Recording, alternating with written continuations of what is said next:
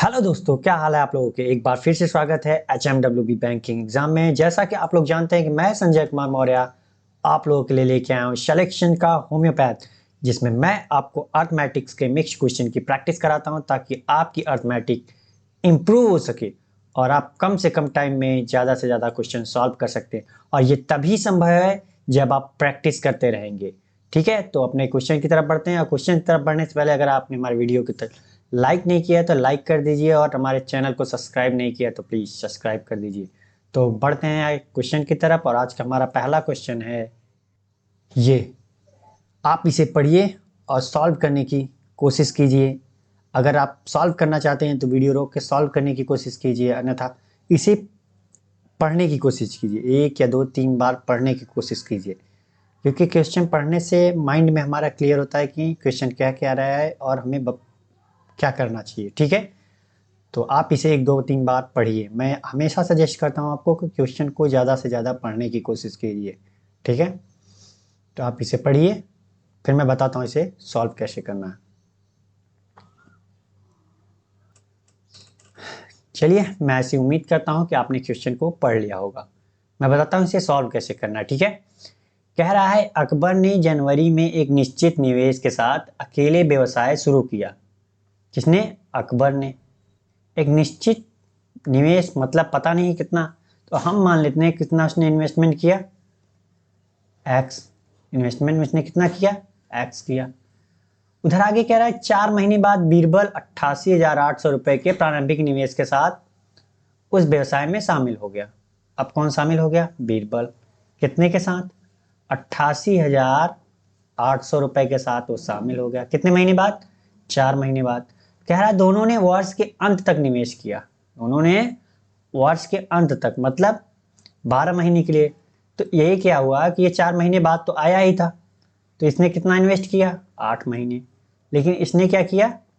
पूरे 12 के 12 महीने, जनवरी से लेकर दिसंबर तक इन्वेस्ट किया, तो 12 के 12 महीने। तो इनका इन्वेस्टमेंट रेशियो देख लेते हैं, प्रॉफिट रेशियो। तो इन्वेस्टमेंट मल्टीप्लाई टाइम, तो इनका जो अब रेशियो आ जाएगा इन दोनों का, वो कितना आएगा? प्रॉफिट होगा जो हमारा रेशियो आएगा। यही तो मैं कहता हूँ हमेशा आपसे कि जो इन्वेस्टमेंट एंड टाइम का गुणा करने पर दो लोगों के बीच का जो रेशियो होता है वो प्रॉफिट का रेशियो आता है। एक्चुअली प्रॉफिट नहीं आता है, उसी अनुपात में हम क्या करते हैं, प्रॉफिट को जो मिलता है उसे डिवाइड करते हैं। ऐसा नहीं है कि जो हमने इन्वेस्टमेंट किया और टाइम दिया वो हमारा एक्चुअल प्रॉफिट होता है, वो प्रॉफिट नहीं होता। लेकिन जो प्रॉफिट हम डिवाइड करते हैं वो इसी रेशियो में डिवाइड करते हैं। ठीक है, ये बात आपको याद रखनी है। तो सॉल्व कर लेते हैं, देखते हैं कुछ कट जाए तो। 4 × 12, 4 दूनी 8, 3 से कैंसिल करते हैं तो 3 दूनी 6, 3 9 27, 6 18, 00। उड़ते ये दो है, ये है यहाँ। तो अब देख लेते हैं यहाँ क्या बचा, एक्स बचा। यहाँ कितना बचा? 296 गुणते 2, तो 6 दूनी 12, 29 59 59। ठीक है, आगे कह रहा है अकबर और बीरबल द्वारा अर्जित लाभ का अनुपात 7:8 है। हमारा कितना आ रहा था? हमारा भी तो क्या है, ये प्रॉफिट का रेशियो है। आगे क्वेश्चन में दिया भी है इसने कितना, 7:8 का रेशियो दे रखा है। मतलब कहने का अर्थ 8 का मान इतना है तो 7 का मान कितना होगा? वही तो हमारा क्या होगा, एक्स का मान होगा। अगर देखा जाए तो 8 यूनिट का मान कितना है? 592000, मतलब 59,200। तो 1 यूनिट का मान कितना होगा? 8×7 = 56, 8×4 = 32, 7400। तो 7 यूनिट का मान क्या होगा? जो 7 यूनिट का मान होगा वही तो एक्स का मान होगा। तो 7 यूनिट का मान कितना हो जाएगा? तो 7 से गुणा कर देते हैं तो कितना हो जाएगा? 7 0 0, 7×4 = 28, 2 7 7 49, 2 51, 51,800। किसका मान आ गया ये? 7 यूनिट का। किसका मान आ गया? 7 यूनिट का, 51,800। ये किसका मान आ गया? अकबर का। बीरबल का कितना था? ये था। तो टोटल हमसे पूछ रहा है अकबर और बीरबल की प्रारंभिक निवेश कितनी थी। अब ये हमें पता चल गई किसकी, अकबर की इन्वेस्टमेंट पता चल गई। एक्स का मान हमारा क्या था? यही तो हमारा क्या था, अकबर का इन्वेस्टमेंट। और टोटल इन्वेस्टमेंट कितनी हुई हमारी, इन्वेस्टमेंट कितनी हो जाएगी। अकबर का कितना था, 51,800। अब बीरबल का कितना था, 88,800। तो कितना हो जाएगा ये, 8 00 00 ऐसे ही रह जाएगा, 8 दूनी 16, ठीक। और 8 1 9 1 10, 140 600, कितना, 140 600।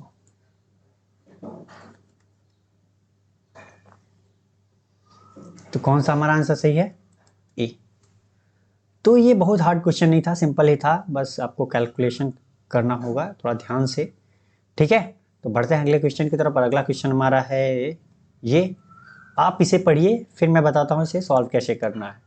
पढ़ के अगर सॉल्व करना चाहते हैं तो वीडियो रोक के सॉल्व भी कीजिए, और मेरा यही सजेशन है आपकी, आप सॉल्व भी साथ के साथ करते जाइए, क्योंकि इससे क्या होगा कि आपके माइंड जो है तेज़ी से चलेगा, कहाँ गलती कर रहे हैं कहाँ नहीं कर रहे हैं वो चीज़ें बाद में वीडियो देखने से आपको समझ में आएगी, ठीक है। तो अब मैं कहूँगा कि वीडियो रोक के आप सॉल्व कीजिए और कमेंट बॉक्स में आंसर दीजिए, ठीक है। तो चलिए पढ़िए आप इसे, फिर मैं बताता हूँ इसे सॉल्व कैसे करना है। चलिए आपने पढ़ लिया होगा, मैं ऐसी उम्मीद करता हूँ। मैं बताता हूँ इसे सॉल्व कैसे करना है, ठीक है। कह रहा है 4 सदस्यों वाले परिवार की औसत आयु 28 वर्ष है और सबसे छोटे सदस्य की आयु 3 वर्ष है, तो सबसे छोटे समय सदस्य के जन्म के समय परिवार की औसत आयु क्या थी। अभी 4 सदस्य हैं, तो 4 सदस्यों की औसत आयु कितनी है, 28। तो 4 सदस्यों की टोटल आयु कितनी होगी, 4 सदस्यों की देखा जाए टोटल आयु कितनी होगी, 4 सदस्यों की टोटल आयु कितनी होगी, average into number of members, कितने हो गए 48, 28 9 56 दूना 112 साल। चारों सदस्यों की टोटल आयु कितनी है, 112 वर्ष।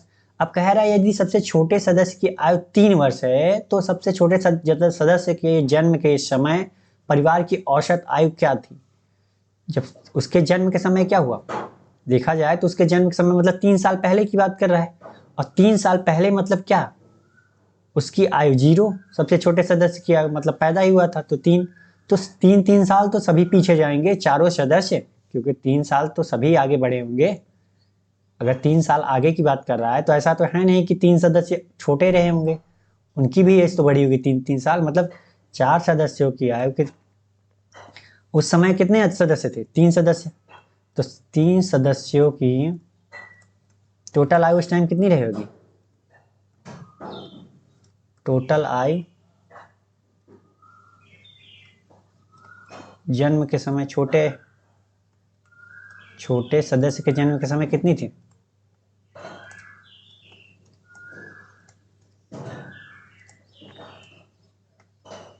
जन्म के समय कितनी थी। अब 4 लोगों की 112 थी, ठीक है। अब कह रहा है कि 3 सदस्यों की मतलब उसकी आयु 3 वर्ष और कम, 4 सदस्य थे तो उसकी क्या हो गई 3 साल पहले, तो उसकी 0 हो गई, बाकी 3 की भी 0, तो टोटल 4 लोगों की कितनी हो जाएगी, 4 गुणित 3 साल कम मतलब 12। तो 110 में से अब कितना बच गया, 100 साल। तो उस समय उस एवरेज कितनी होगी जन्म के समय, जन्म के समय सबकी एवरेज आयु कितनी होगी, 100/3। अब 3 क्यों हमने लिया, 3 इसलिए किया क्योंकि अब जो छोटा सदस्य था उसमें वो तो पैदा ही हुआ था, मतलब ये समय उसके जन्म के समय, तो उसकी आयु कुछ थी नहीं, तो 3 लोगों की तो एवरेज निकाली जाएगी। तो कितना हो जाएगा ये 33 सही 1/3 वर्ष। तो कौन सा हमारा आंसर सही है, ये बी वाला, ठीक है। तो समझ में आ गया होगा, ये बहुत हार्ड क्वेश्चन नहीं था, आपको थोड़ा सा कॉन्सेप्ट समझना था। तो बढ़ते हैं अगले क्वेश्चन की तरफ। अगला क्वेश्चन हमारा है ये, आप इसे पढ़िए फिर मैं बताता हूँ इसे सॉल्व कैसे करना है, ठीक है। आप इसे पढ़ने की कोशिश कीजिए।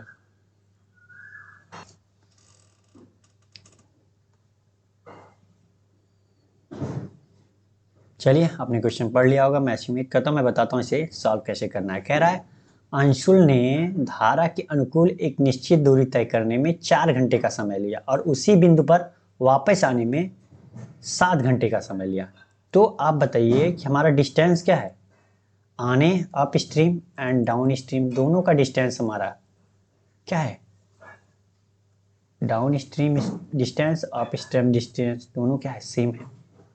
जब ये सेम है तो एक फॉर्मूला आप जानते हैं कि v बराबर क्या होता है, d/t। अगर डिस्टेंस सेम है तो स्पीड क्या होगी, टाइम की इनवर्सली प्रोपोर्शनल होगी। क्या होगी, टाइम के इनवर्सली प्रोपोर्शनल होगी। मतलब अगर स्पीड ज़्यादा होगी तो टाइम कम लगेगा, टाइम ज़्यादा स्पीड कम होगी तो टाइम ज़्यादा लगेगा। ठीक है, तो चलिए देखते हैं। Up stream down stream speed ये कर लेते हैं, ये डाउन स्ट्रीम ये अप स्ट्रीम हमारी हो गई, लिख लिया। अब किसकी बात हो रही है, टाइम दिया है इसने, टाइम की। अंशुल धारा के अनुकूल मतलब डाउन स्ट्रीम जाने में 4 घंटे का समय लेता है। कितने का, 4 घंटे का समय लेता है। और इसी बिंदु पर वापस आने में अप स्ट्रीम में कितना टाइम लेता है, 7.5 घंटे। मतलब 7.5, 7 घंटे 30 मिनट मतलब 7.5 घंटे। अब ये क्या है, दशमलव हटाने के लिए हम यहाँ क्या करते हैं, 0 बढ़ा देते हैं। तो ये कितना हो गया, 8 पंचे 40, 5 अट्ठे 40, 5 से 15 पचे 75। तो टाइम का रेशियो कितना आ गया हमारा, 8 और 15। तो स्पीड की रेशियो क्या होगी, अभी हमने बताया आपको स्पीड की रेशियो क्या होगी, इनवर्सली प्रोपोर्शनल। तो ये कितनी हो जाएगी हमारी, 15:8 की रेशियो हो जाएगी। ठीक है, अगर नहीं समझ में आता है कि ये कहाँ से हो गया तो ये देखिए, v1 बराबर क्या हो गया, d सेम है तो d वही रहने दीजिए। टाइम ये हो गया, टाइम 1 पहले के लिए अप स्ट्रीम के लिए, तो डाउन स्ट्रीम के लिए क्या हो गया, v2 equal to distance same है तो वही रहने देते हैं, t2 हो गया। तो d से d कैंसिल हो गया। यहाँ पे देखा जाए तो v1 ये क्या है हमारा डाउन स्ट्रीम मान लीजिए v1 को, और v2 को अप स्ट्रीम। तो ये क्या होगा, अब ये ऊपर जाएगा तो d अप स्ट्रीम बटा d डाउन स्ट्रीम होगा। अगर ये अप डाउन स्ट्रीम मान लें तो क्या करेंगे, अप स्ट्रीम। अब सॉल्व कर लीजिए, देखिए उल्टा हुआ कि नहीं हुआ।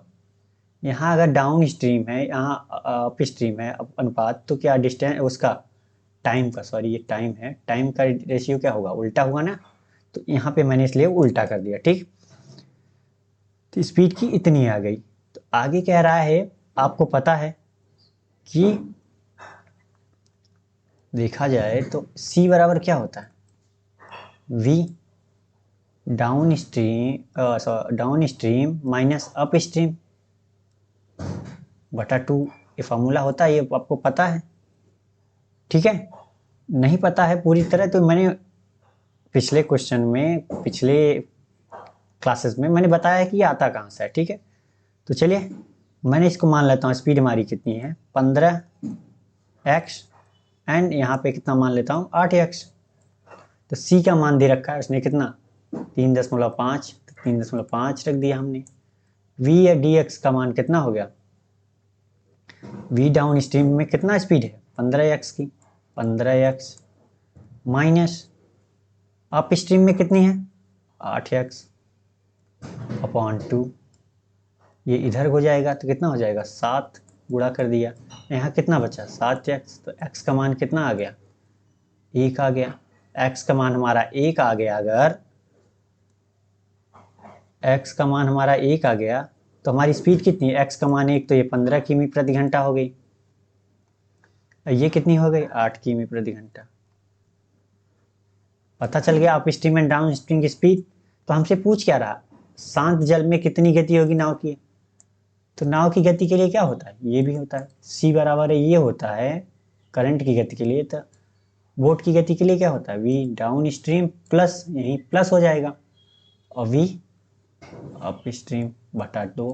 अब रख देते हैं v बराबर कितना, तो up stream and down stream का मान हमें पता चल गया स्पीड की। तो 15 प्लस 8 बटा 2 बराबर कितना 23 बटा 2।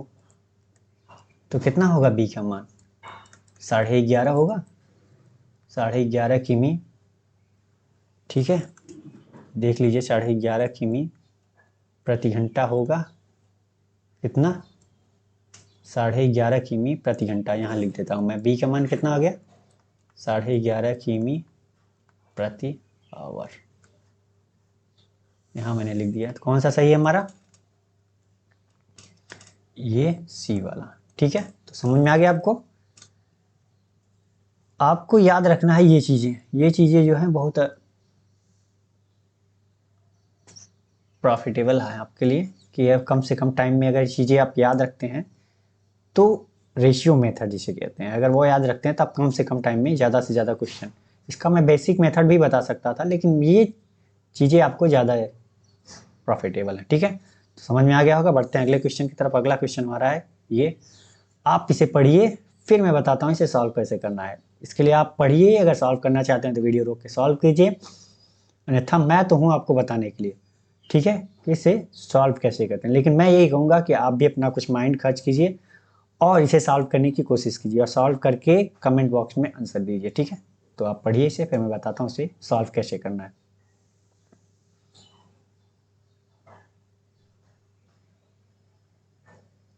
चलिए, ऐसी उम्मीद करता हूँ आपने पढ़ लिया होगा। मैं बताता हूँ इसे सॉल्व कैसे करना है। ठीक है, कह रहा है कि घसीटा सिंह एक व्यक्ति है, एक धनी व्यक्ति है, एक रिच मैन है, जो अपने 3 बच्चों को सोनू, टीटू, सीटू को 2505 सोने के सिक्के एक निश्चित अनुपात में उपहार देता है। धनी व्यक्ति है कोई भाई, घसीटा सिंह। तो वो क्या करता है, 2505 सिक्के अपने 3 बच्चों को बांट देता है। तो सोनू क्या करता है, घोड़ा खरीदने के लिए अपने प्राप्त कुल राशि में से 30 सिक्के बेच देता है, और टीटू अपने 30 सिक्के वृद्धाश्रम में दान कर देता है, और स्वीटी जो है थोड़ी लापरवाह होने के कारण 25 सिक्के खो देती है। लड़की जो है उनकी स्वीटी, वो 25 सिक्के खो देती है। अब सोनू टीटू स्वीटी के पास बचे हुए सिक्कों का अनुपात इतना है, 46, 41, 34 के अनुपात में बचे हुए हैं। तो टीटू को अपने पिता से कितने सोने के सिक्के प्राप्त हुए? अच्छा, एक बात बताइए आप में, अगर आपसे मैं कहूँ कि आपके पास इतने सिक्के थे, ठीक है, कुछ सिक्के थे, और आपने क्या किया, खो दिया, अब आपके पास इतने बच गए हैं, तो आप क्या करोगे? जो खोए हुए सिक्के थे उसमें जोड़ देंगे। तो यही कहानी यहाँ भी करनी है। सोनू, टीटू एंड स्वीटी का रेशियो दे रखा है, स्वीटी का रेशियो दे रखा है, बचे हुए सिक्के का रेशियो दे रखा है। तो बचे हुए सिक्के इसके पास कितने हैं? 46, 41 और 34 के रेशियो में। इतना तो पता है आपको, दिया है इस क्वेश्चन में।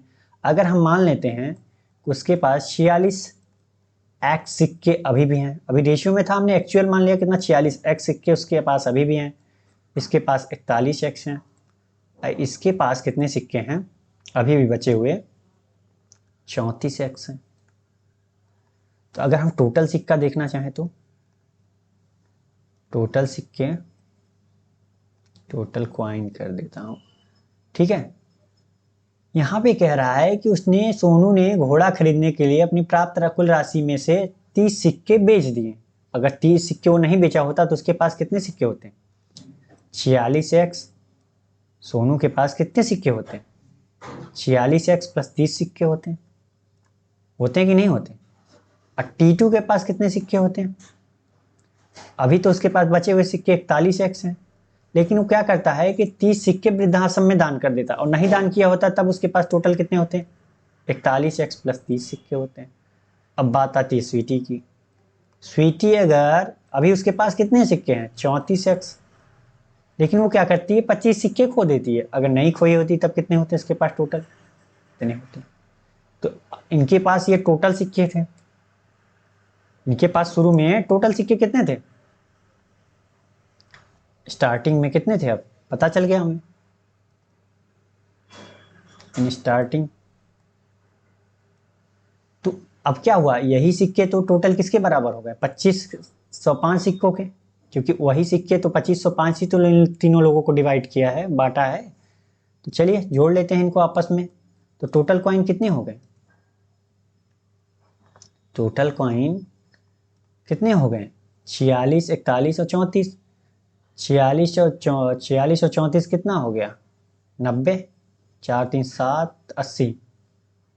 और ये कितना हो गया? 41, 121 एक्स प्लस 30 दूनी 60, 25, 85, जो कि बराबर हो गए किसके? ये भी टोटल कॉइन और 2505 जो है वो टोटल कॉइन तो है ही। तो यहाँ से अगर x का मान निकालना चाहें तो अब तो निकाल ही सकते हैं भाई। तो 121 x प्लस 85 बराबर कितना? 200, 2505। तो 121 से x बराबर कितना? 121 x बराबर 85 इधर आएगा तो घट जाएगा, तो हम क्या करते हैं 85 की जगह 100 घटा लेते हैं। तो 2405, लेकिन 15 ज़्यादा घटा दिया तो हम 15 जोड़ लेते हैं, तो 2420 आ गया हमारा। तो यहाँ से x का मान कितना आ गया? 121 से भाग देंगे ये 24 में तो कितना आएगा? x का मान 20 आ गया। अब x का मान आ गया 20, तो हमें अब x का मान पता हो गया तो हम सबकी कॉइन बता सकते हैं ना। लेकिन आगे क्या क्या है कि टीटू अपने पिता से कितने सोने के सिक्के प्राप्त करता है। तो ये तो बचे हुए सिक्के थे, तो टोटल उसने कितना प्राप्त किया था? टीटू ने कितना सिक्का प्राप्त किया था? कितना? 41 एक्स टीटू के टोटल कॉइन कितने थे? 41 एक्स प्लस 30 कॉइन थे उसके पास। अब 41 एक्स का मान 20 प्लस 30 रख दो।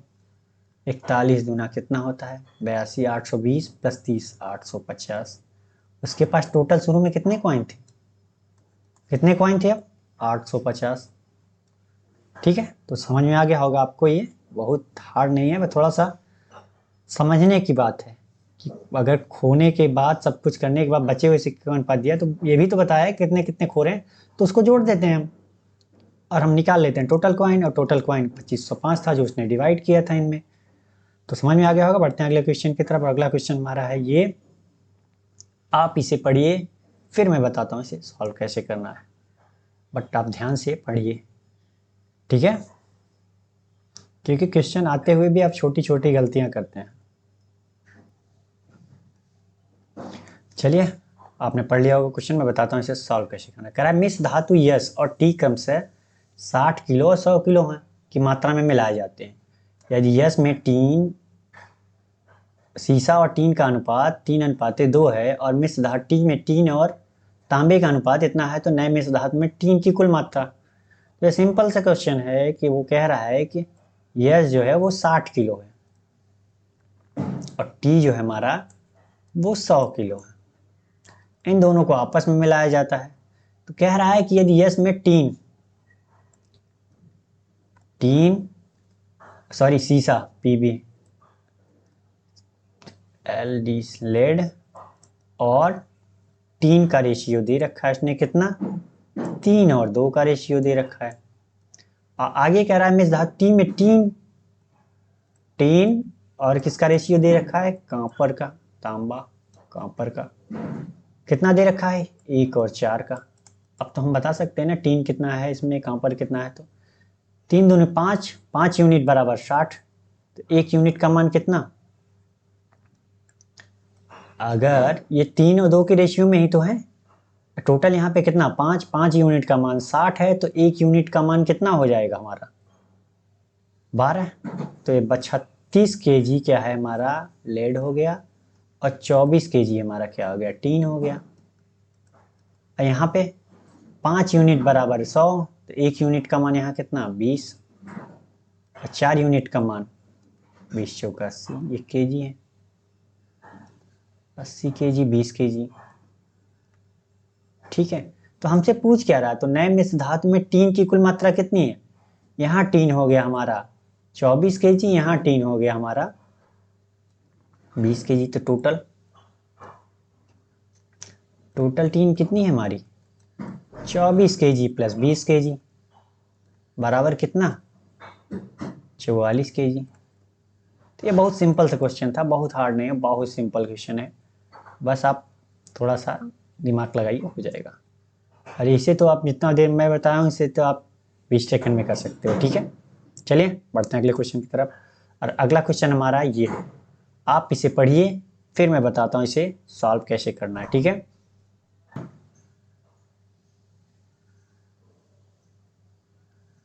चलिए आपने इसे पढ़ लिया होगा, मैं बताता हूँ इसे सॉल्व कैसे करना है। कह रहा है एक पुरुष एक अनुबंधन पर काम करने के लिए, अनुबंधन मतलब होता है कॉन्ट्रैक्ट, एक कॉन्ट्रैक्ट पर काम करने के लिए नियुक्त किया गया और वे प्रतिदिन 8 घंटे काम करके 50 दिनों में काम पूरा करते हैं। वो क्या करते हैं, 105 पुरुष है वो प्रतिदिन 8 घंटे काम करते हैं और 50 दिनों में पूरा कोई काम कंप्लीट कर लेते हैं। 25 दिनों बाद यह पता चलता है कि केवल 2/5 भाग ही काम कंप्लीट पूरा हुआ। अब प्रति व्यक्ति प्रतिदिन 9 घंटे काम करके तो काम को समय पर पूरा करने के लिए कितने अतिरिक्त पुरुषों की आवश्यकता होगी। मैं अगर आपसे कहूं एक छोटे से कि अगर कोई व्यक्ति है 5 रोटी पर डे खाता है, तो आप पूछिए 5 रोटी वो हर घंटे खाता है, 5 रोटी हर घंटे खाता है तो 8 घंटे में कितनी रोटियां खाएगा और 1 महीने में कितनी खाएगा। तो ठीक है, सेम वही कॉन्सेप्ट यहाँ है। तो ये है कि 105 पुरुष इतना कार्य कर सकते हैं, 8 घंटे अगर काम करें तो 50 दिनों में पूरा काम कंप्लीट करते हैं। तो हम आगे देखते हैं। 25 दिनों बाद पता चलता है कि केवल 2/5 काम ही पूरा हुआ। ठीक है, 105 पुरुष मेल। फॉर्मूला ही बता देता हूं मैं आपको, फॉर्मूला अगर लिखना चाहें तो क्या करेंगे,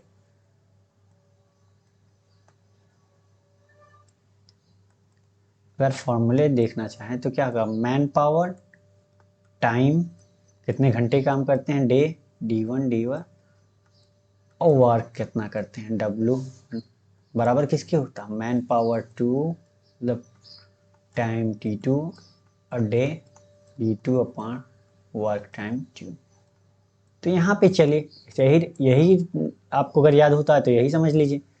कह रहा है 125 व्यक्ति हैं, मैन कितने हैं 125, टाइम कितने पर डे कितने घंटे काम कर रहे हैं 8 घंटे, कितने दिनों तक 50 दिनों में काम कंप्लीट करना है, लेकिन काम कंप्लीट कितना कितना 25 दिनों बाद, 25 दिन ही काम किया। ठीक है, अब वर्क कितना कर रहे हैं, देखा जाए तो पूरा काम जो है वो 5 है, अब 5 में से 2 ही काम तो कंप्लीट कर रहे हैं।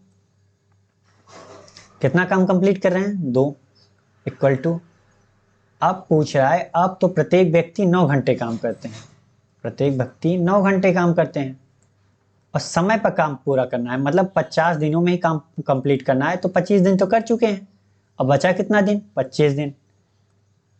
और काम कितना करना है, टोटल हमारा काम कितना था 5, 5 में से 2 किया, अभी बाकी कितना है 3 है। तो पूछ रहा है काम को पूरा समय पर करने के लिए कितने अतिरिक्त पुरुषों की आवश्यकता होगी। हमें नहीं पता अब कितने टोटल हम मान लेते हैं कितने एक्स व्यक्ति की जरूरत पड़ेगी कितना काम कंप्लीट करने के लिए। अब सॉल्व कर लेते हैं। तो 3 त्रिक का 9, ये 25 से 25 कैंसिल, ठीक है।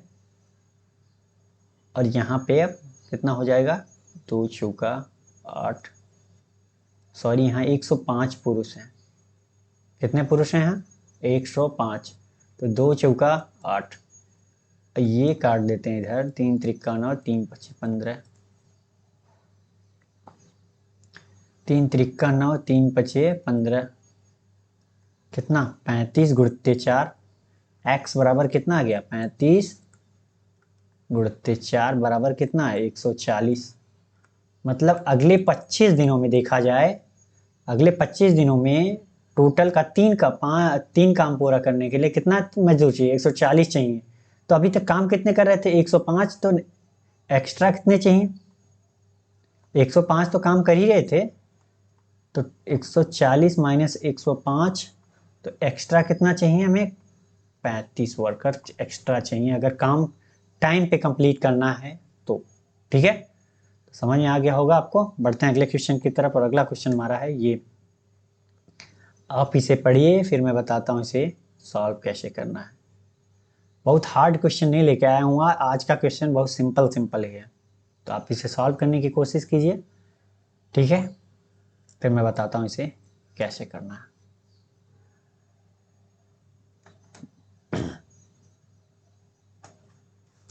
चलिए, आपने पढ़ लिया होगा, मैं ऐसी उम्मीद करता हूँ। मैं बताता हूँ इसे सॉल्व कैसे करना है। ठीक है, कह रहा है साबू और बाबू दो लोग हैं, यदि अलग अलग अकेले कार्य करें तो एक कार्य को क्रमशः 15 दिन और 25 दिन में पूरा कर सकते हैं। साबू को यस मान लेते हैं, अगर वो अकेले कार्य करे तो 15 दिन में कर देगा। अगर वही बाबू अकेले कार्य करे तो कितने दिन में पूरा कर लेगा? 25 दिन में। ठीक है, अब ये क्या है, इनका डे है कि इतने इतने दिन में काम कर लेते हैं। अब हम टोटल वर्क निकाल लेते हैं। टोटल वर्क के लिए हमें क्या करना पड़ेगा? इनका एलसीएम ले लेते हैं। मैंने आपको कहा है कि टोटल वर्क हम कुछ भी ले सकते हैं, कोई वो नहीं है कि फिक्स। ठीक है, लेकिन हम इसलिए इनका एलसीएम लेते हैं कि ताकि हमें डायरेक्टली कट जाए और हमें एक्यूरेट वैल्यू मिले, क्योंकि हम मानेंगे तो हो सकता है कि ना कटे और दशमलव में आंसर वो आए एफिशिएंसी। तो इसीलिए हम क्या करते हैं, इनका एलसीएम लेते हैं। एलसीएम ले लिया हमने, तो ये कितना हो जाए? एलसीएम हमारा कितना है? 75 होगा इनका। अब टोटल वर्क में डे से भाग दिया तो इनकी क्या आ जाएगी? इफिशियंसी आ जाएगी पर डे। तो टोटल वर्क कितना है? 75 में से 5 भाग दिया तो कितना आएगा? 5। और 25 से भाग दिया तो कितना? 3। मतलब साबू की इफिशियंसी 5 और बाबू की इफिशियंसी 3। अब आगे चलते हैं। उन्होंने एक साथ कार्य शुरू किया, लेकिन कुछ समय बाद बाबू चला गया और साबू ने शेष कार्य को 7 दिन में पूरा किया। देखा जाए तो दोनों ने साथ में सारे कार्य चालू किया, तो बाबू चला गया तो साबू ने अकेले 7 दिन तक कार्य किया। तो हमें ये पता नहीं था उन्हें 7 दिन में कितना कार्य किया, लेकिन ये पता है हमें कि साबू ने लास्ट के 7 दिन काम किए। तो लास्ट के 7 दिन देखा जाए तो 7 दिन में साबू द्वारा किया गया कार्य कितना है?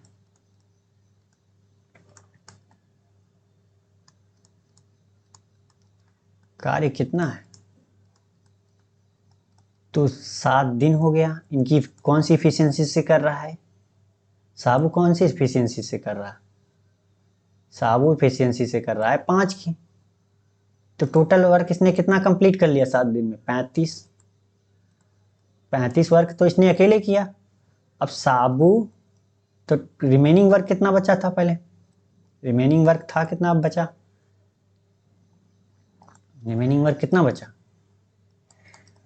75 टोटल, 35 इसने अकेले कर दिया तो 40 वर्क बचा था। और ये 40 वर्क किसने किया? इन दोनों ने मिलके ही किया। तो साबू प्लस बाबू द्वारा लिया गया समय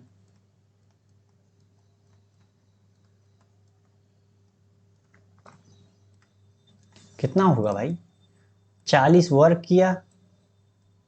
अगर टाइम निकालना है तो क्या करना पड़ेगा?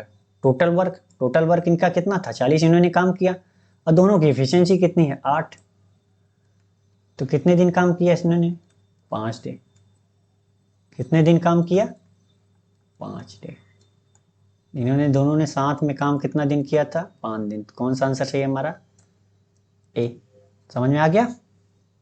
तो कह रहा हूँ बहुत हार्ड क्वेश्चन नहीं है, बस थोड़ा सा सोचना है। बहुत आज मैंने बहुत सिंपल सिंपल क्वेश्चन रखे हैं। तो बढ़ते हैं अगले क्वेश्चन की तरफ। और अगला क्वेश्चन हमारा है ये, आप इसे पढ़िए, फिर मैं बताता हूँ इसे सॉल्व कैसे करना है। बस आप ध्यान से क्वेश्चन को पढ़िए और अपने से वीडियो रोक के सॉल्व करने की भी कोशिश कीजिए। मैं हमेशा कहता हूँ, आज भी कह रहा हूँ कि आप इसे सॉल्व करने की कोशिश कीजिए। ठीक है, क्योंकि आप जब सॉल्व करेंगे तो आपका माइंड खुलेगा और कहाँ गलतियाँ कर रहे हैं, कहाँ नहीं कर रहे हैं, वो चीज़ें आपको समझ में आएंगी। ठीक है, चलिए, आपने पढ़ लिया होगा, मैं बताता हूँ इसे सॉल्व कैसे करना है।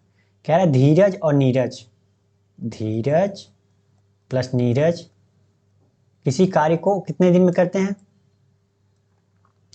28 सही 2/3 दिन में। कितने दिन में?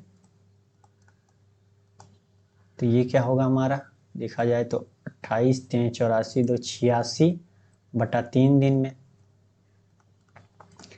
आगे कह रहा है, यह ज्ञात है कि धीरज की और नीरज की तुलना में धीरज जो है नीरज की तुलना में दोगुना कुशल है। धीरज एंड नीरज की इफिशियंसी का रेशियो दे रखा है। एफिशिएंसी कर, धीरज जो है नीरज की तुलना में दुगना कुशल है, तो दुगना अगर ये 1 है तो धीरज कितना होगा, 2 होगा। यही तो कह रहा है धीरज नीरज की तुलना में दुगना कुशल है, मतलब 2 गुना एफिशिएंट है। ठीक है, तो अगर मैं मान लूँ कि धीरज की एफिशिएंसी कितनी है 2x और नीरज की एफिशिएंसी कितनी है 1x, तो x ही लिख देते हैं। ठीक है, नहीं भी मानते तब भी कोई दिक्कत नहीं, क्योंकि बाद में x x हम सॉल्व करेंगे तो कैंसिल हो जाएंगे, लेकिन मैंने समझाने के लिए मान लिया हमने, क्योंकि ताकि आपको समझ में आ सके। ठीक है, अब इफिशियंसी इनकी पता चल गई। अगर हमें टोटल वर्क निकालना हुआ तो टोटल वर्क निकालना हुआ तो इन दोनों ने कितना साथ काम किया, दोनों ने साथ 86 सही 86/3 दिन काम किया, और इनकी टोटल इफिशियंसी से हम गुणा कर दें। टोटल वर्क के लिए क्या करते हैं, टोटल टाइम गुणित टोटल इफिशियंसी तो होगी इफिशियंसी। टोटल टाइम कितना ले रहे हैं 86/3 दिन, इनकी टोटल इफिशियंसी कितनी हो जाएगी, कितनी हो जाएगी 2 1 3 होगी, 3x। टोटल इफिशियंसी कितनी 3x, तो ये कितना आ गया हमारा टोटल वर्क 86x। तो पूछ रहा है अकेले अगर नीरज उस कार्य को करे तो कितने दिनों में पूरा करेगा, तो नीरज द्वारा कितना टाइम लिया जाएगा,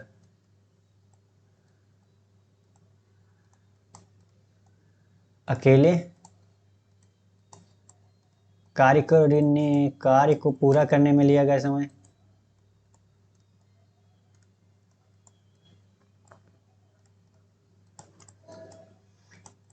लगने वाला समय कितना होगा, समय कितना होगा भाई। अब समय के लिए क्या करना पड़ेगा, टोटल वर्क कितना है 86x, और उसकी इफिशियंसी हम भाग दे दें तो पता चल जाएगा टोटल वर्क कितने में कर लेगा। तो इसकी इफिशियंसी कितनी है 1x, यही तो है भाई 1x, तो x कैंसिल, तो कितने दिन में पूरा कर लेगा 86 दिन में ये काम पूरा कर लेगा। ये वही बात हो गई कि अगर कोई टोटल 50 चॉकलेट खाना है और कोई पर डे 5 चॉकलेट खाता है तो कितने दिन में खा लेगा वो, यही तो होगी भाई इफिशियंसी। मतलब क्या, वो पर डे कितना खाता है, और टोटल वर्क मतलब क्या, टोटल चॉकलेट कितने हैं 50 चॉकलेट हैं, पर डे 5 खाता है तो कितने टोटल हो गए उसके, कितने दिन में खा लेगा 10 दिन में। तो वही कहानी यहाँ भी है, efficiency total work and day जो भी है वो इसी का वही चीज़ है। ठीक है, तो समझ में आ गया होगा। बढ़ते हैं अगले क्वेश्चन की तरफ। अगला क्वेश्चन हमारा है ये, आप इसे पढ़िए फिर मैं बताता हूँ इसे सॉल्व कैसे करना है। ठीक है, आप इसे ध्यान से पढ़ने की कोशिश कीजिए।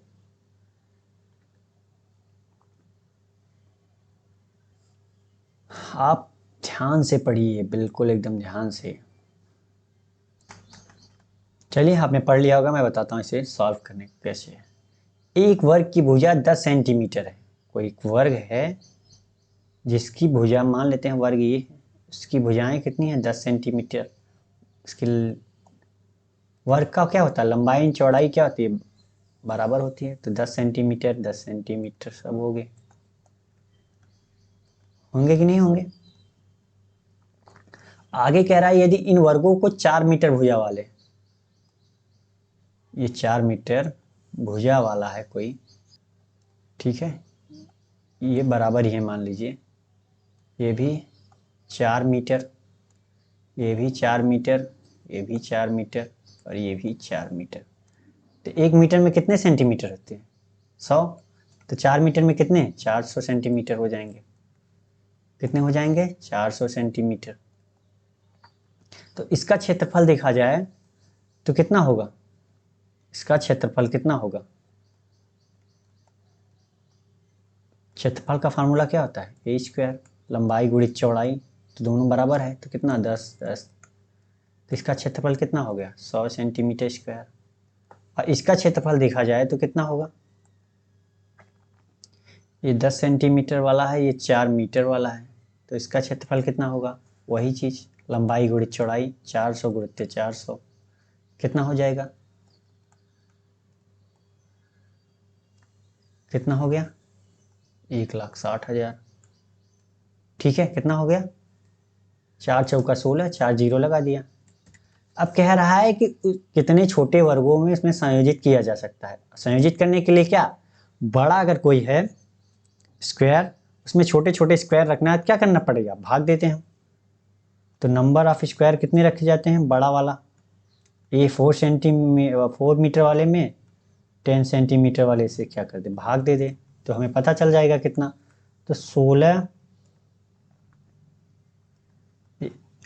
1,60,000 में 100 से सेंटीमीटर से भाग दे दिया, क्योंकि इसका क्षेत्रफल इतना आया है और 10 वाले का इतना आया है। तो 1 2 0 1 2 0, मतलब ये कहने का 1600 छोटे छोटे स्क्वायर बैठाए जा सकते हैं उसमें। कितने, 1600। तो कौन सा आंसर सही है हमारा, बी। जैसे ये क्वेश्चन हो गया कि अगर कोई बड़ा सा घर है, कोई बड़ा सा घर है जो कि 4 मीटर लंबा और 4 मीटर चौड़ा है, अगर उसमें टाइल्स लगानी है, ये समझिए कि टाइल्स लगानी, वो भी कितने, 10-10 सेंटीमीटर, 10 सेंटीमीटर लंबा और 10 सेंटीमीटर चौड़ा, तो आप कितने टाइल्स लगाओगे, यही वो पूछ रहा है। तो कितने टाइल्स लगाओगे, टोटल स्क्वायर जो है आपका दिया गया है कि कितने रेंज में लगाना है, तो 10 4x4 का रूम है मीटर का, और उसमें 10-10 सेंटीमीटर का लगाने हैं, तो उससे भाग दे देंगे, तो हमें पता चल जाएगा कि कितना टाइल्स यूज होगा हमारा। ठीक है, तो समझ में आ गया होगा। बढ़ते हैं अगले क्वेश्चन की तरफ। अगला क्वेश्चन हमारा है ये, आप इसे पढ़िए, फिर मैं बताता हूँ इसे सॉल्व कैसे करना है।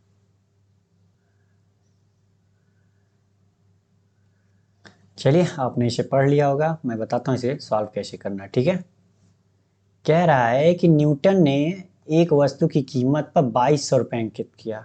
न्यूटन ने कितना अंकित किया, 2200 रुपये अंकित किया। वह वस्तु पर क्रमशः n% और m% की 2 छूट देता है।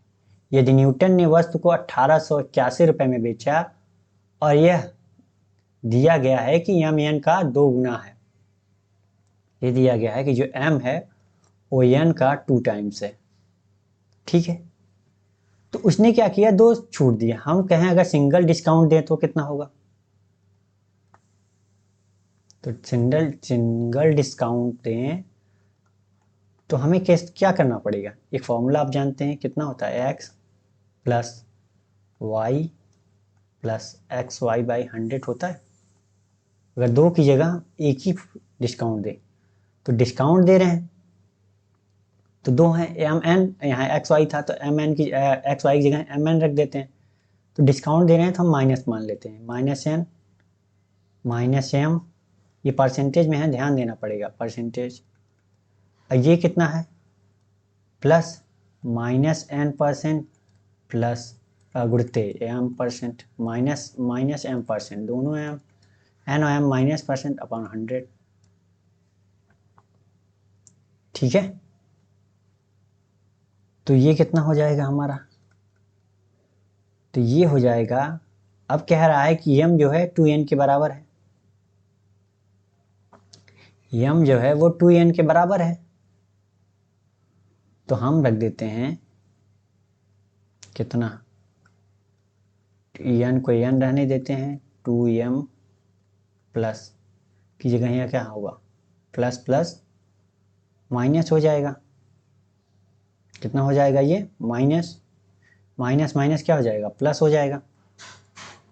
यहाँ क्या आएगा, 2n स्क्वायर, यहाँ n सॉरी m की जगह 2n स्क्वायर अपॉन 100 हो गया, कितना हो गया, 100। अब सॉल्व कर लेते हैं, तो यहाँ कितना हो गया, 3n plus 2n square upon 100। ठीक है, कितना हो गया, 100। तो ये सिंगल डिस्काउंट हो गया हमारा, कितना, सिंगल डिस्काउंट, ये सिंगल डिस्काउंट। लेकिन यहाँ पे कह रहा है कि उसने एमआरपी जो है, एमआरपी हमारी कितनी थी, ठीक है, एमआरपी एंड एसपी, यहाँ पे अगर हम डिस्काउंट देखें तो कितना होगा, 2200, और बेचा कितने में, 1881 में। डिस्काउंट कितने का दिया, डिस्काउंट कितने का दिया, 319 रुपये का क्या दिया डिस्काउंट, कितने पे दिया, 2200 पे। डिस्काउंट हम किस पे निकालते हैं, एमआरपी तो निकालते हैं 2200 पे, और डिस्काउंट परसेंटेज निकालना हुआ तो क्या करते हैं हम, 100 से गुणा कर देते हैं, तो 2 जीरो से 2 जीरो कैंसिल, डिस्काउंट परसेंटेज हमारा कितना हो जाएगा, 11 दूना 22, 11 दूना 22, 11 99, कितना आ गया 29/2%। डिस्काउंट परसेंट हमारा कितना आ गया 29/2। ठीक है, कितना आ गया 29/2। अब हम आगे सॉल्व कर लेते हैं। ठीक है, कितना आ गया 29/2। ये भी सिंगल डिस्काउंट, ये भी डिस्काउंट, दोनों डिस्काउंट हैं, ये भी डिस्काउंट हमारा है और ये भी हमारा डिस्काउंट आ गया। तो 29/2 बराबर ये कितना आ गया हमारा -3n + 2n² अपॉन 100। अगर इससे गुणा कर भाग कर दिया जाए तो कितना होगा 50, इधर गुणा कर दिया जाए ये कितना हो जाएगा हमारा 29/2 बराबर माइनस कितना, ये डिस्काउंट दे रहा हूँ यहाँ पे। डिस्काउंट हमने क्या माना था, यहाँ पे हमने डिस्काउंट क्या माना है, माइनस माना है सब में। तो यहाँ पे हम डिस्काउंट क्या मानेंगे, माइनस ही तो मानेंगे यहाँ भी। तो डिस्काउंट के लिए हर जगह माइनस माना है तो यहाँ भी माइनस मानना पड़ेगा। तो ये माइनस इक्वल टू कितना हो जाएगा, ये 150 n प्लस कितना n² अपॉन 50। अब काट देते हैं तो ये कितना आ जाएगा 25। 25 का गुणा 29 में करेंगे तो कितना आएगा 25 × 75 750, लेकिन 25 घटा दिए तो कितना 725। ये कितना हो जाएगा -150 n प्लस n²। अब n का मान निकाल लेते हैं तो n² बराबर कितना 150, ये माइनस में था सॉरी, -775, क्योंकि माइनस डिस्काउंट हर जगह माइनस लिया तो यहाँ भी माइनस। तो ये कितना हो जाएगा 150। अब प्लस का कितना हो जाएगा, प्लस का 725। अब n का ऐसा खंड करना है कि जोड़ने पे क्या आना चाहिए हमारा, जोड़ने पे कितना आना चाहिए 150 आना चाहिए। तो कितना होगा 145 पंचे 750, कितना 145 पंचे 750। तो n का 2 मान आ गया 145 और प्लस 5, 2 मान आ गया प्लस 145 प्लस 105।